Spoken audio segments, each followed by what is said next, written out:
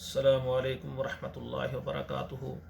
کتاب و حکمت یوٹیوب چینل پر آج آپ کے سامنے یہ قرآن مجید کا 16واں پارہ سورہ مریم ہے اور آیت نمبر 76 سے لے کر 80 تک یہ 5 آیات ہے۔ پہلے تلاوت سنیں پھر ان کا ترجمہ عرض کروں گا۔ اعوذ باللہ من الشیطان الرجیم، بسم اللہ الرحمن الرحیم۔ وَيَزِيدُ اللَّهُ الَّذِينَ اهْتَدَوْا هُدًى والباقیات الصالحات خیر عند ربک ثوابا وخیر مردا افرأیت الذی کفر بآیاتنا وقال لأوتین مالا وولدا اطلع الغیب ام اتخذ عند الرحمن عہدا کلا سنکتب ما یقول ونمد له من العذاب مدا ونرثه ما یقول ویأتینا فردا۔ ترجمہ سماعت فرمائیں۔ وَيَزِيدُ اللَّهُ الَّذِينَ اهْتَدَوْا، اور زیادہ کرتے ہیں اللہ تعالیٰ ان لوگوں کو جو ہدایت پر ہیں، سیدھی راہ پر ہیں، ہدا ان کو سوجھ سمجھ میں اللہ زیادہ کر دیتے ہیں۔ وَالْبَاقِيَاتُ الصَّالِحَاتُ خَيْرٌ، اور باقی رہنے والی جو نیکیاں ہیں وہ بہتر ہیں۔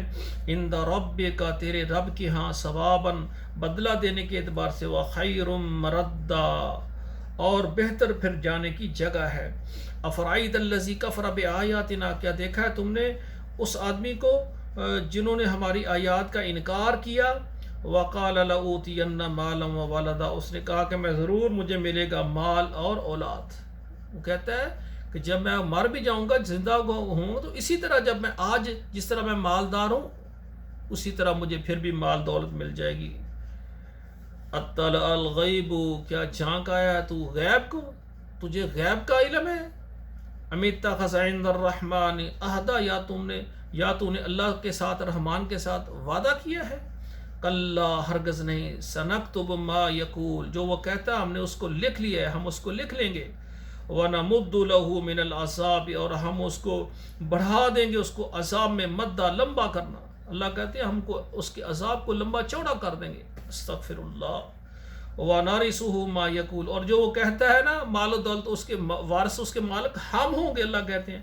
وَيَأْتِينَا فَرْدًا، اور وہ جب ہمارے پاس آئے گا تو وہ اکیلا ہوگا۔